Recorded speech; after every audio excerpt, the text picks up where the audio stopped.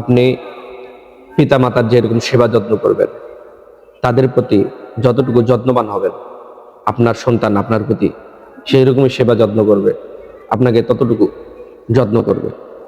কারণ আপনিও একদিন সন্তান ছিলেন।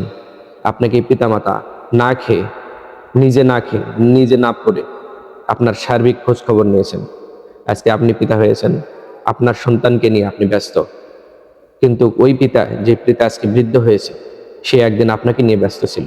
আজকে তাকে আপনি লাথি দিয়ে দূরে সরে দিয়েছেন। আপনার যে সন্তান নিয়ে আজকে ব্যস্ত হয়েছেন, এই সন্তান একদিন আপনাকে লাথি দিয়ে দূরে সরে দিবে।